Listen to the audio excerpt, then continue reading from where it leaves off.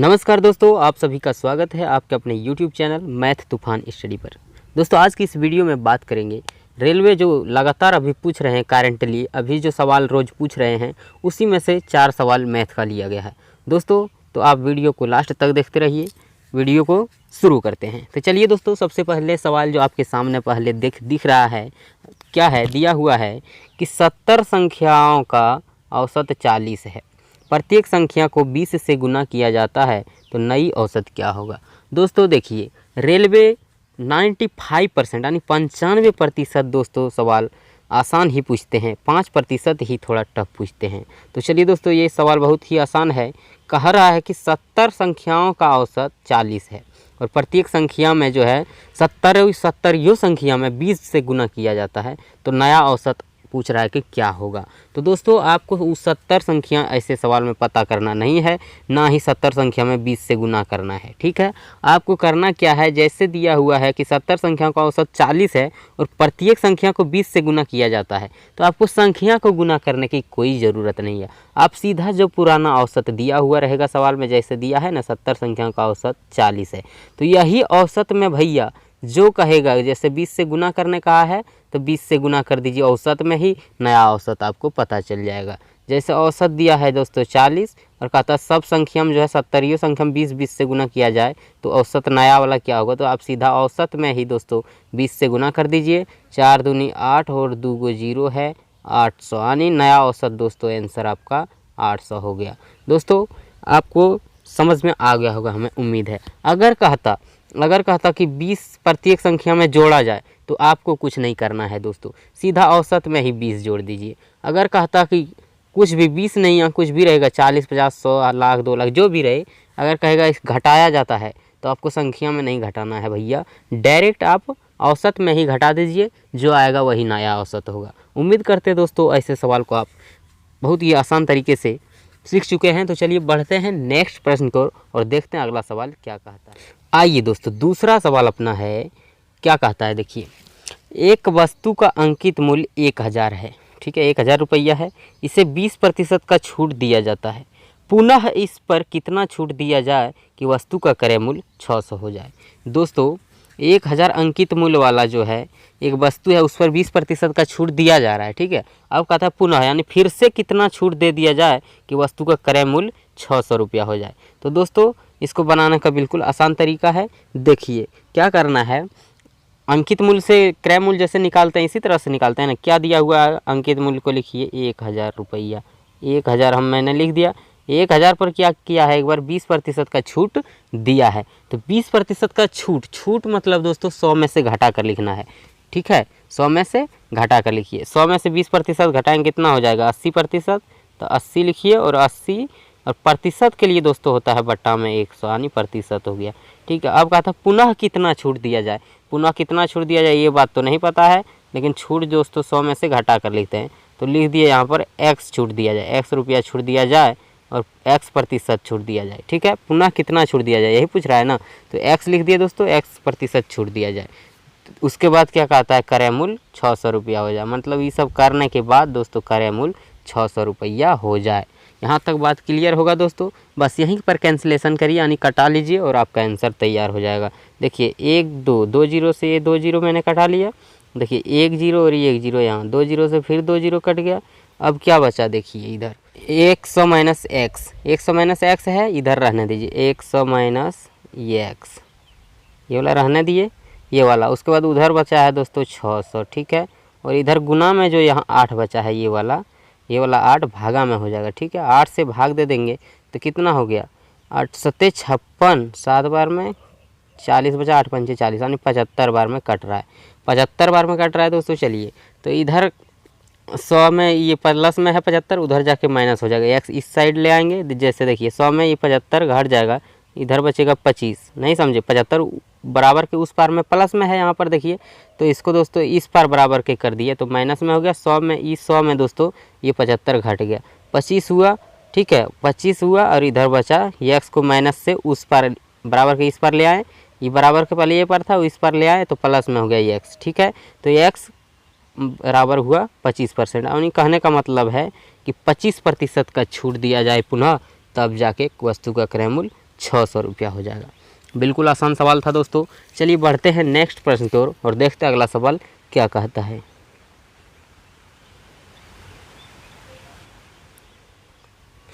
आइए दोस्तों, तीसरा सवाल है, कहता है A अनुपात B अनुपात C अनुपात D बराबर है 5 अनुपात 4 अनुपात 7 अनुपात 9। उसके बाद कहता है C एवं D का अंतर 600 है। C एवं D का अंतर 600 है तो D बराबर वाट, D बराबर क्या होगा ये कह रहा है। तो देखिए दोस्तों, इसको करने का आसान तरीका है, ये दिया है एक का मान, देखिए A अनुपात क्या है B अनुपात C अनुपात D, इस तरह से दिया है और सबका मान ये वाला दिया है दोस्तों। A का मान 5 है, अनुपात B का मान ये 4 है, अनुपात C का मान 7 है और अनुपात D का मान 9 दिया है। ठीक है, कहता है C और D का अंतर 600 है। C और D का अंतर 600 है ना, यहाँ पर देख लीजिए C और D का अंतर कितना है, यहाँ पर अंतर दिख रहा है 7 और 9 में कितना का अंतर, 9 में 7 जाएगा 2 का अंतर है, जबकि रियल में दोस्तों 600 का अंतर है। ये भी अंतर इसीलिए दोनों को किए बराबर। अब देखिए दोस्तों, 2 से ये 600 कटेगा कितना बार में, 2 तिया 6, 300 बार में दोस्तों 300, मतलब अनुपात ये 2 का मान 600 था तो अनुपात 1 का मान ये हो गया दोस्तों, अनुपात 1 का मान 300। जब अनुपात 1 का मान दोस्तों 300 हो गया तो क्या कहता है D के बारे में पूछ रहा है। तो D कितना है दोस्तों, D यहाँ पर आप देख रहे हैं कितना है 9, तो 9 में दोस्तों अनुपात 1 का मान जब 300 हुआ तो अनुपात 9 का मान कितना होगा, 9 में ये 300 से गुना कर देंगे, कितना हो जाएगा, 9 में 300 से गुना हो जाएगा 9 तिया 2700। ठीक है, 9 में 300 से गुना कर दिए दोस्तों 2700, यानी D का मान हो गया 2700। अगर दोस्तों आपको पूछता, आपको D नहीं, D छोड़कर पूछ देता, D छोड़कर अगर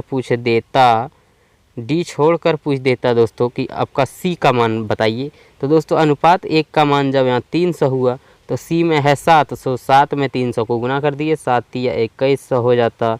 B का मान पूछता तो 300 से ही 4 में गुना कर देते, हो जाता 4 तिया 1200। A का मान पूछता तो 5 से गुना कर देते, 5 तिया 1500। बात को आप समझ गए होंगे दोस्तों, D का मान पूछा है तो D का मान हो गया 2700। चलिए बढ़ते हैं नेक्स्ट प्रश्न की ओर और देखते हैं अगला सवाल क्या कहता है। आइए दोस्तों, चौथा सवाल अपना है, बड़ा बढ़िया सवाल है कि A के पास 72,000 रुपया है और B के पास 54,000 रुपया है। A में प्रति वर्ष 1,000 रुपये की कमी एवं B में 800 की कमी होती है, तो कितने वर्ष बाद दोनों का समान धनराशि होगी। कहने का मतलब ये है भैया कि किसी एगो आदमी का नाम A है, उसके पास है 72,000, ठीक है, और एगो आदमी B है, उसके पास है 54,000, लेकिन कहता है कि A जो है आदमी, उसके पास प्रति वर्ष 1,000 रुपये कम हो जाता है और B का 800 रुपया कम होता है, तो कितने वर्ष बाद दोस्तों दोनों के पास समान रुपया बचेगा। यानी अभी 72,000 और 54,000 है ना, कि कितने वर्ष बाद दोनों के पास बराबर ही पैसे बचेंगे। तो चलिए दोस्तों, इसको बनाने का यही तरीका है। तो देखिए A के पास है 72,000, तो 72,000 लिख दीजिए, ठीक है।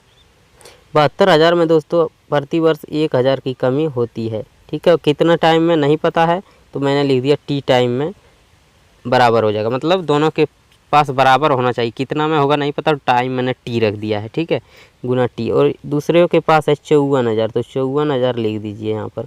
54,000 वाले को कितना कम होता है प्रति वर्ष, 800 रुपया, तो 800 रुपया कम होता है, लेकिन कितना टाइम में बराबर होगा नहीं पता है तो T रख दिए, T टाइम में, ठीक है।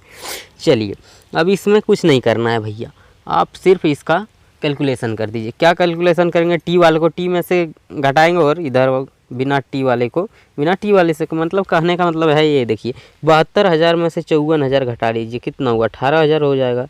54,000 चल गया तो 18,000, और देखिए 1,000 T में 800 T घटा दीजिए, कितना होगा 2,000 बोलते हैं। 1,000 T में 800 T घट जाएगा, ये हो जाएगा 200 T, ठीक है, 200 T।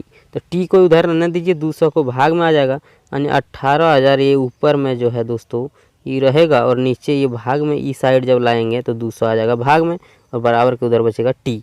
तो 200 से 18,000 काटेंगे कितना बार में, 2 जीरो से 2 जीरो कट जाएगा, देखिए 2 जीरो से 2 जीरो कट गया।